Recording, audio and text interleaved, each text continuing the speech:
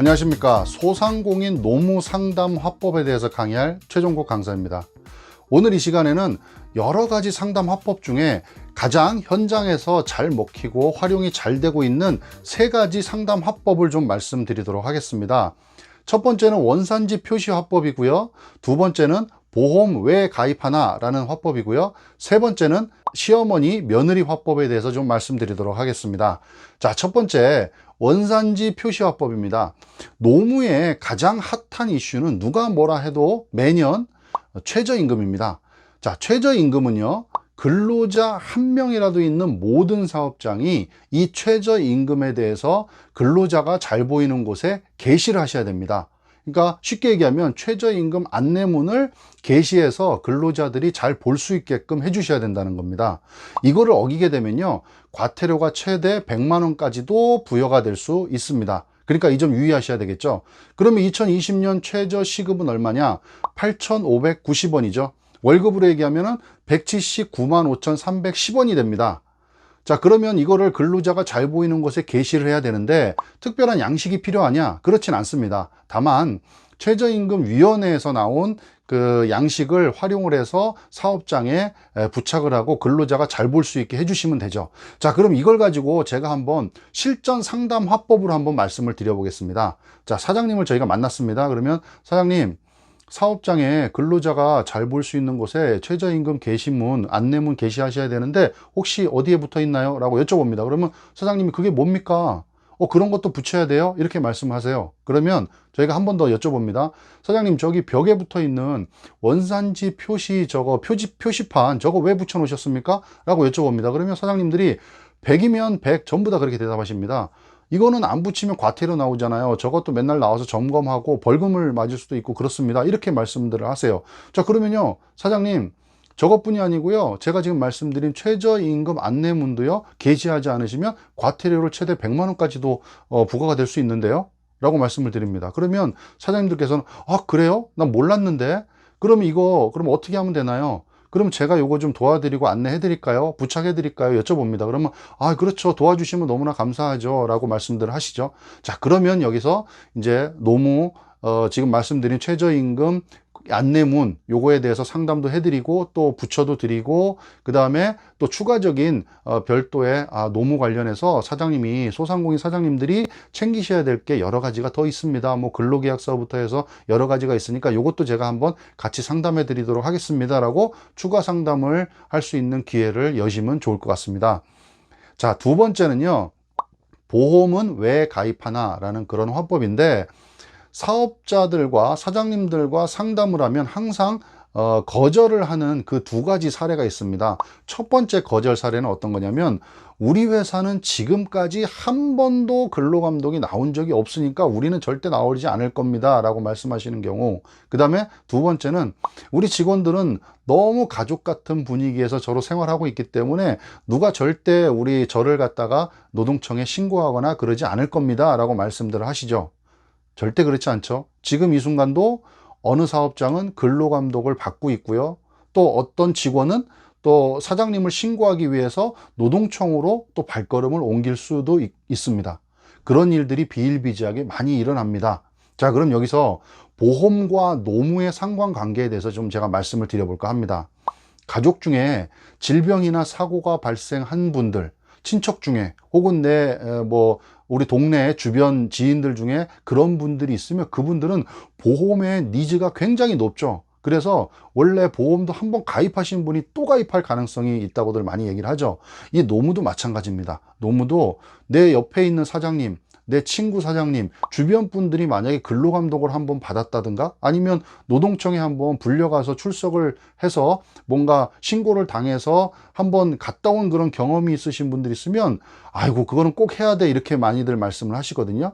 그래서 보험과 노무는 비슷한 관계가 있는 게 바로 대비를 해야 된다는 그런 측면입니다. 그래서 미리 준비하고 대비해야지만 리스크를 막을 수 있다, 이렇게 알고 계시면 될 것 같아요. 그리고 소 잃고 애완간 고친다, 혹은 호미로 막을 것 가래로 막는다, 이런 옛말 아시죠? 그런 일이 생기지 않도록 미리미리 좀 대비를 하셔야 될 것 같다는 말씀을 드리면서, 그러면 이 화법을 실전에서 어떻게 써먹는지를 한번 제가 실사례를 한번 들어보겠습니다.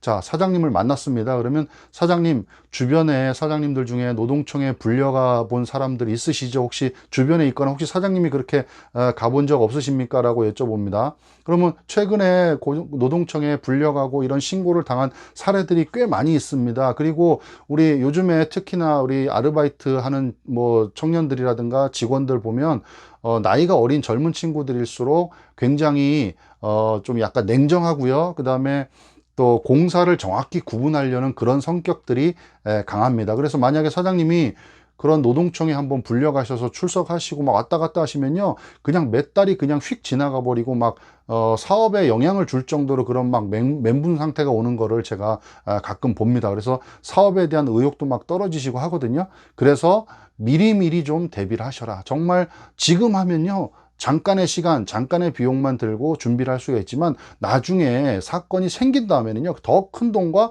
더 많은 시간, 비용이 드니까 그 점을 좀 유의하시면 좋을 것 같습니다. 그래서 노무도 미리 체크, 미리 점검, 대비 굉장히 중요합니다.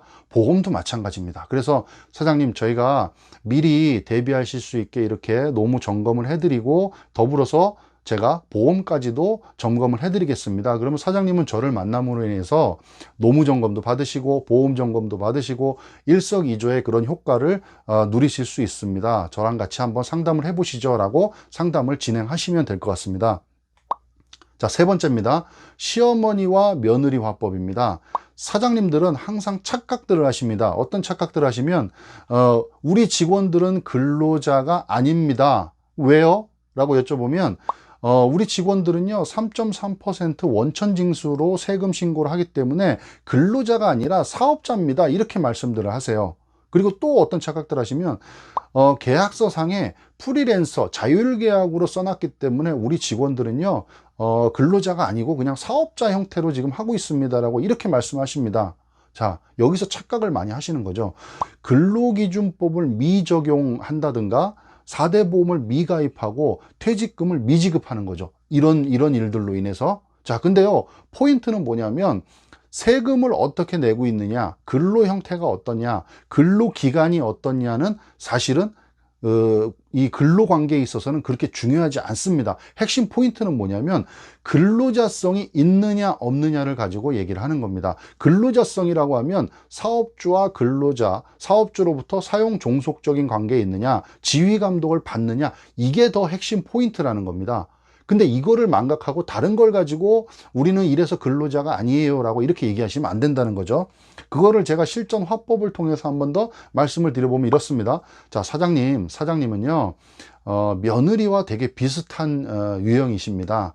어떤 거냐면 그것도 시어머니가 여러 명이 있는 그런 며느리와 같은 그런 위치에 있으십니다. 시어머니는 어떤 시어머니가 있느냐, 예를 들면 국세청, 노동부, 그 다음에 지자체들, 그리고 경찰서, 소방서, 이렇게 사장님 주변에는요 시어머니가 굉장히 많이 있습니다. 근데 지금 사장님께서 저한테 처음에 우리는 3.3% 원천 징수를 합니다, 그러니까 문제없어라고 얘기를 한 거는 누구의 말을 들으신 거죠? 국세청 시어머니의 말을 잘 듣는 며느리 역할을 하신 겁니다. 자, 그러면 제가 아까 말씀드렸던 근로자냐 아니냐, 계약서를 어떻게 썼냐 안 썼냐, 4대 보험을 가입해야 되냐 안 되냐, 퇴직금을 줘야 되냐 안 되냐, 이거는 국세청 시어머니의 기준이 아닌 누구의 기준에 맞춰야 됩니까? 노동부 시어머니의 기준에 맞춰야 됩니다. 그럼 노동부 시어머니는 뭘 본다고요? 근로자냐 아니냐를 처음으로 판단을 합니다. 그래서 만약에 근로자로 인정이 된다, 지휘 감독을 받고 있다 하면 이분은 근로자로 인정되니까 근로기준법에 적용을 받아야 되고요, 퇴직금도 줘야 되고, 그 다음에 15.4% 세금도 그렇게 내셔야 된다, 이렇게 얘기하는 거죠. 그러니까 중요한 거는 세금 기준이 아니라 근로자냐 아니냐를 판단해서 그에 대한 합당한 조치를 취하셔야 된다라는 거죠. 그리고 다시 한번 말씀드리지만 근로자라는 거는 사업주로부터 지휘 감독, 사용 종속적인 관계에 있느냐 없느냐, 이게 더 중요하다는 겁니다. 그래서 만약에 근로자성이 인정된다면 근로기준법에 따라서 모든 걸 다 준비를 하시고 대비를 하셔야 된다, 이렇게 이해하시면 될 것 같습니다. 뭐 화법은 여러 가지가 많이 있는데요, 그 중에 오늘 핵심적인 거 세 가지를 좀 말씀을 드렸습니다. 한 번 더 정리를 하면요, 원산지 표시 화법, 이것도 원산지 표시처럼 과태료를 낼 수 있다. 뭐가요? 최저임금 안내문을 붙이지 않으면, 게시하지 않으면. 그 다음에 두 번째 화법은 뭐죠? 보험은 왜 가입하나, 보험과 노무는 서로 상관관계가 있다, 어떤 부분이 대비를 해야 된다라는 측면, 미리 준비를 해야 된다라는 그런 측면에서요. 그 다음에 세 번째 화법으로는 시어머니와 며느리. 자, 어떤 시어머니 말을 들을 것이냐? 세금은 세무 관련돼 있는 국세청 시어머니, 그 다음에 노무 근로 문제는 고용노동부 시어머니 얘기를 들어야 된다. 근데 우리 사장님들은 자꾸 세금 국세청 시어머니 말을 듣고 근로관계 얘기를 하신다. 그래서 말을 똑바로 어디에서 지시하는지를 정확히 잘 캐치를 하셔야 된다라는 걸 가지고 세 가지 화법으로 좀 풀어서 설명을 해드렸습니다. 지금 말씀드린 이 세 가지 화법 잘 활용하셔가지고요, 영업 현장에서 상담력 키우시고 더욱더 영업력이 확대되시기를 부탁드리겠습니다. 감사합니다.